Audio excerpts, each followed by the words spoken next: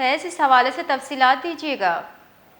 جی بالکل، آج صبح تقریباً 11 بجے کے قریب مستنگ شہر کے درمیان واقع تحصیل آفس پر نامعلوم مسلح افراد نے حملہ کر دیا۔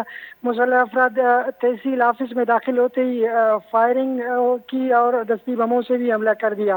اس دوران مسلح افراد نے تین بینکوں پر بھی حملہ کر دیا، جس میں 2 بینک مکمل طور پر نظریاتش کر دیے گئے۔